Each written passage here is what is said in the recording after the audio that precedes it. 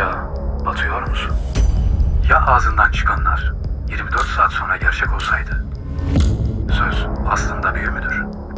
Ya içinde kaybolduğun bu sarmalı bizzat kendi sesinle örüyorsan? Ya başına gelenlerin çoğunu yaşamadan önce dilinden çıkartıyorsan? Ya tüm aksilikleri sen çağırıyorsan? Sana bir şeyler anlatsam yine konuşmadan durur muydun? Şimdi bu sorulara cevaplar bulacaksın. Hazırsanız başlayalım.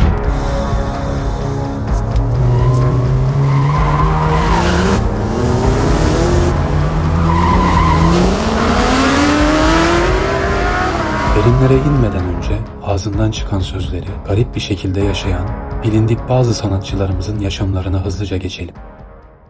Şinasi Yurtsever. Bir programda geçen diyaloğa bakın. Son filminden ölüyor muyum? O da son filmin olacak. Uzay Hepari. Hatırlıyor musun? Kendini ölüme götüren o motora binmeden önce Demet Sağaroğlu'na ne demişti? Satacağım bu motoru. Kaza yapmaktan korkuyorum diye fısıldamıştı. Sırada Kerim Tekin var. Ölmeden önce yazdığı şarkıya bir bakın. Ölümü çağırmamış mı? Kar beyazdır ölüm dedi ve süt tankeriyle çarpıştı. Beyaz bir ölüm oldu. Tesadüf mü? Mezarındaki çiçeklere bakın. Barış Akarsu'ya geçelim. İşte bir şarkısı. Tesadüf mü? Motor kazasında kaybettiğimiz o değerli insan sanki bir vedaymış gibi bu şarkıyı geride bıraktı bize. Türkiye'nin yetiştirdiği en büyük gitar virtüözlerinden Yavuz Çetin'e geçelim. Ölmeden önceki son şarkısında ne diyor biliyor musun? Yaşamak istemem aramızda. Bergen hayatını kaybettikten sonra Yunus Bülbül, Bergen'in hayatını kaybetmeden önce yazıp okuyamadığı o şarkıdan bahsediyor. İşte o şarkının sözleri. Sadece 2 dizesinde Azrail'im oldu, sustum, mezarımı kazdı benim diyor Bergen. Onur Bayraktar'ın ölmeden önce attığı tweet'i görüyorsunuz. Defne Joy Foster'a geçelim. Defne hayatını kaybettikten sonra bir programda söylediği bazı sözler açığa çıkıyor. Fatih Yürek vefatından önce katıldığı bir programda "Giderim, ben kalmam burada" diyor. İnsanlardan, trafikten, her şeyden sıkıldığından bahsediyor. Kazım Koyuncu belki de kanseri yenebilirdi. Ama Kazım Koyuncu'nun en meşhur sözü neydi? Ünlü sanatçının ölmeden önce Volkan Konak'a bıraktığı vasiyet ortaya çıktı. Göklerde kartal gibi bize veda eden değerli insan Volkan Konak. Seni asarlarsa sensiz yaşayamam. Yaşarsın karıcığım, yaşarsın. Kara bir duman gibi dağılır hatıram rüzgarda. Yaşarsın karım. Ölüm, ipte sallanan bir ölüm. Ama bu ölüme bir türlü razı olmuyor gönlüm. Tüm sanatçılarımızın ayrı ayrı ruhları şad, devirleri daim olsun. Sözün önemini kavramanız için Banu Alkan ile Güllü tartışmasını da ayrıca izlemenizi tavsiye ederim. Hani bazı dedeler vardır. Dedeler diridir, dinçtir, yaşım geçmiş ama ruhum hala 20 derler. Gülümseyerek. O gülümsemede hayatın sırrı gizlidir. Aynada gözüyle gördüğü ihtiyarlık, diliyle söylediği gençliğe eninde sonunda yenik düşer. Bazı yaşlı teyzeler vardır bir de. En küçüğün mürüvvetini görmeden gitmem der. Çocuğun mürüvvetini görür, tık öyle gider. Hani bir de bazı olgun insanlar vardır. Olgun insan. Şimdiki aklım olsa hiç konuşmaz, sadece dinlerdim derler. Çünkü susarken kaybetmezsin. Konuştuğunda kaybetmeye başlarsın. Belki duymuşsunuzdur. Bazı aydın dedeler de dilini dişinin ardında hapis tut derler. Bilirler ki ağızdan çıkan her kelime havada sahipsiz kalmaz. Gider bir yerlerde bir yol, bir duvar, bir mezar bulur gidip konmak için. Meğer her ihtiyar kendi gençliğinde kurduğu cümlelerin içinde yaşıyormuş. Aslında bu dedeler kolektif bilinçle bize bir şeyler söylemek isterler. Ya hayır konuş ya da sus. Gel şimdi biraz bilimsel olarak açalım. Şimdi işin tasavvuf tarafına, kuantum fiziğine ve nörobilime geçince sözle gelen yazgının devasa bir sistemin tıkır tıkır işleyen bir dişlisi olduğunu göreceksin. Kuantum fiziği bize ne kanıtladı? Çok basitçe anlatıyorum. Maddenin en küçük parçası olan elektronlar gözlemcinin ölçüm düzenine göre davranır. Eğer sen kendini yaşlı, bitik ve yolun sonuna gelmiş olarak söylersen, gerçekliği çökerterek vücudunu o hale sokarsın. Kuantum mekaniğinde ölçüm, ihtimaller haritasını kapatır ve tek bir sonucu görünür kılar. İnsanda ise niyet ve söz, davranışını tek bir yola kilitler. Yol kilitlenince ne olur? Sonuç da kilitlenir.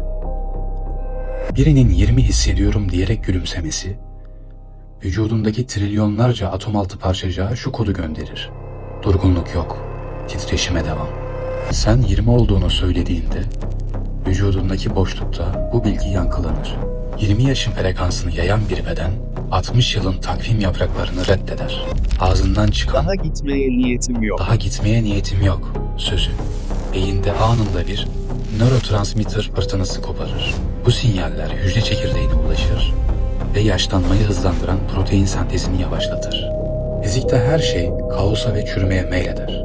İnsanın neşeli bir şekilde gencim demesi, fizik yasasına karşı koyan bir negatif entropi kaynağıdır. Gülümseme, vücudun termodinamiğini değiştirir. Ağzından çıkan "ben yoruldum, artık yolun sonu geldi" cümlesi, hücrelerine verilmiş bir kendini imha et komutudur.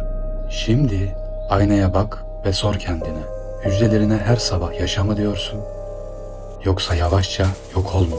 Unutma, kelimelerin senin biyolojik kaderindir. İnsanın kalbi bir taht, ruhu ise o tahtta geçici olarak oturan ölümsüz bir sultandır. Bilinç düzeyi ise sultanla taht arasında açtığın bir tezgahtır. Vücuttaki her bir hücre o tezgahın itaatkar askerleridir. Sen o tezgaha ne serersen hücrelerin onu giyer. Sen o tezgahta ne satarsan hücrelerin onu kuşanır. Hastayım dersen askerlerin o hastalığın kumaşını giyer. Yorgunum dersen askerlerin kılıçlarını bırakır.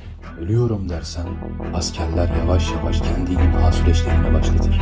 O sebeptir ki yaşasan bile tat alamazsın bu hasarlı hücrelerle. Ben 20 yaşındayım. Daha yapacak işim var. Bunu söylediğinde bu bir temenni değil, bu bir fermandır. Askerler yani hücreler bu fermanı aldığı an yaşlanma emrini durdurur ve dinç kalma operasyonuna başlar. Ortanca kızımın mürüvvetini görmeden gitmem. Yaşlı teyzenin mürüvvet kilidini ortaya sürmesi de bilincin bedene koyduğu bir mühlet vizesidir. Azrail teyzeyi kapıda bekler ama bilinç ve ruh henüz değil.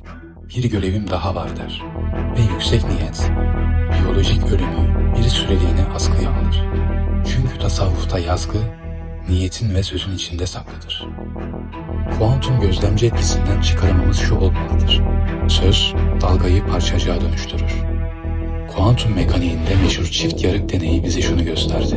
Bir parçacık, örneğin elektron, gözlemlenmediği sürece bir olasılık dalgası olarak her yerdedir. Ancak ne zaman ki bir ölçüm cihazı işin içine girer, o sonsuz olasılık çöker ve elektron tek bir noktada maddeleşir. Birinin sana devamlı ama devamlı baktığını düşün. Ne derece rahat olabilirsin? Bir yerden sonra davranış değiştirirsin. Kendin olamazsın. Biz de atomlardan oluşuyorsak, hatta %60-70'imiz suysa, o zaman Japonların şu meşhur su ve söz deneyini duymuşsunuzdur. Belirli bir gün suya aynı cümleleri söyleyince suyun yapısı değişiyor.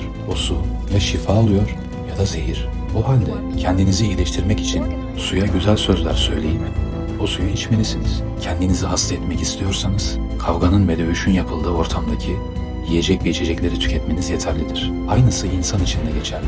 Çünkü dünyadaki tüm elementleri içimizde barındırsak da çoğunlukla suyuz. Bu özellikle çocuklarınızda daha tesirlidir. Çünkü onlar bizler gibi çamuru, katranı görmemiş, bulanmamış duru bir sudur. Kötü söz çocuğunuzu zehirlerken iyi söz onları daha sağlıklı ve başarılı bireyler yapar. Kuantum gözlemci etkisi aklımda kalan bir sözle nasıl da güzel bağdaşıyor. O söz diyor ki, beklemekte olduğun şey ancak onu beklemeyi unuttuğunda gerçekleşir. Bu evrenin sen bakarken soyunamıyorum deme şeklidir. Tasavvufta niyetle yoğrulmuş her kelime kuantum düzeyinde bir gözlem eylemidir. Sen bir şeyi kelimelere dökene kadar o evrende bir ihtimaldir. Kelime ağızdan çıktığı an o sınırsız ihtimal havuzundan bir tanesini seçip gerçekliğe hapsedersin. Yani söz, kuantum dalga fonksiyonunu çökerten bir ölçüm cihazıdır.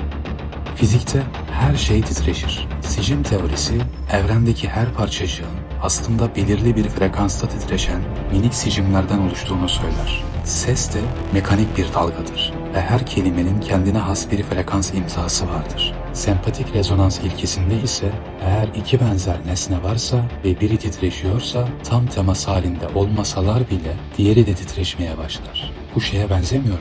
Arkadaşını söyle, sana kim olduğunu söyleyeyim. Geç kalma, daha olayın psikolojik boyutunu ele alacağız.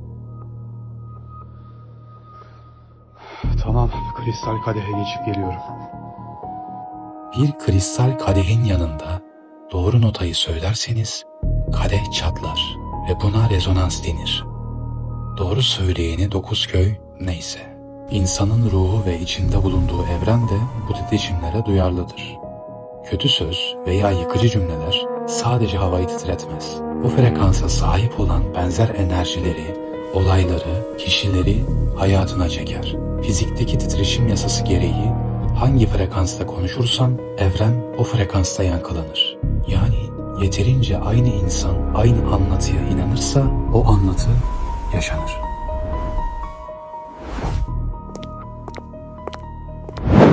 Söz sadece bir ses dalgası değildir. O kaosun içerisinde bir düzen seçme ve olasılıkları tek bir noktaya sabitleme işlemidir. Ağız ne kadar pervasızsa hayatın o kadar başkadır. Konuşurken şunu bil.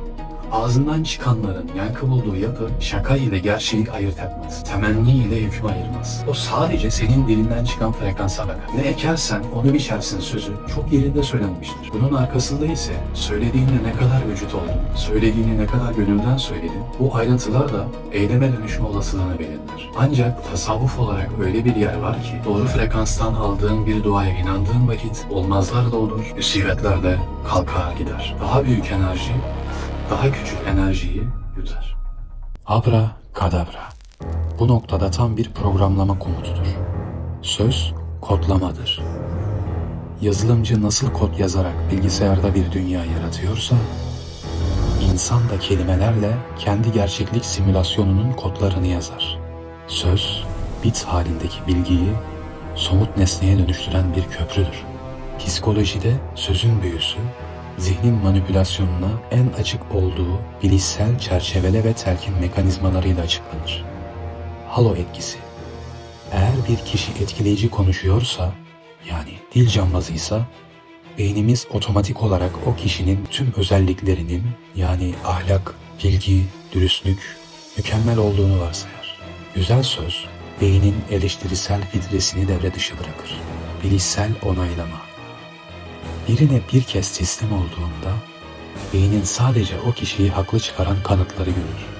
Hatasını ve yanlışını görmezden gelme, doğrusunu ise bir lütuf olarak okumanın sebebi, beyninin yanıldığını kabul etmemek için gerçekliği bükmesidir. Plasebo etkisi. Sözün şifası da buradadır. Birinin size iyileşeceksin veya korunuyorsun demesi, beyninde gerçekten dopamin ve endorfin salgılatır. Özetle, psikoloji der ki, insan duymak istediği yalanı söyleyenin kölesi olmaya meyillidir. İşte bu yüzden dil cambazları çok tehlikelidir. Çünkü senin zihnindeki kuantum olasılıklarını kendi kelimeleriyle yönetip seni kendi tasarladıkları bir gerçekliğe hapsederler. Sana kötü gelecek hiçbir şeye inanma. Ancak kendin de hep iyiyi, güzeli söyle. Farkında olmadan kendi senaryonu yazıyoruz. Şair ne demiş? Yaşamak şakaya gelmez. Büyük bir ciddiyetle yaşayacaksın. O halde ilahi iradeden izin isteyip tasavvuf ve mantığı birleştirirsek, bir peygamberin, velinin, insanı kamilin ağzından çıkan söz, ruhsal frekansın ve saflığın kuvvetiyle sıradan bir ses dalgası yerine bir alemden diğer aleme atılan bir çengelli olmalıdır.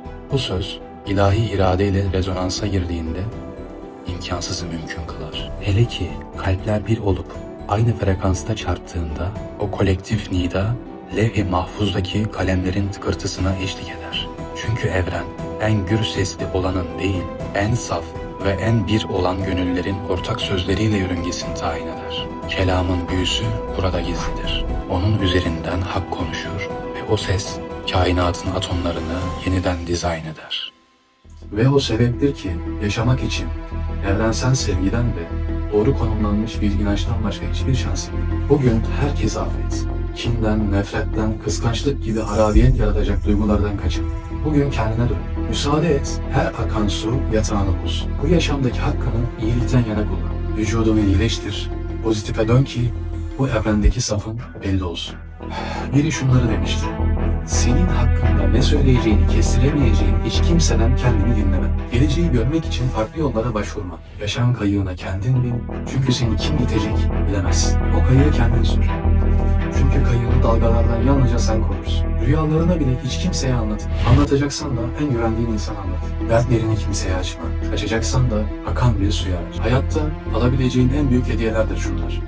Güvenebileceğin bir dost, sırtını yaslayabileceğin bir sevgili, sığınabileceğin bir liman, gölgelenebileceğin bir ağaç. Bunları bulduysan sakın kaybetme. Altın gibi bir kalbin olduğuna inanıyorsan kendini hurdacıya verme. Bir sarrafla karşılaşana kadar arayışından vazgeçme. Bugünkü mürekkebimiz bu kadar. Ben Katip Kurtuluş. Bir sonraki notla görüşmek üzere.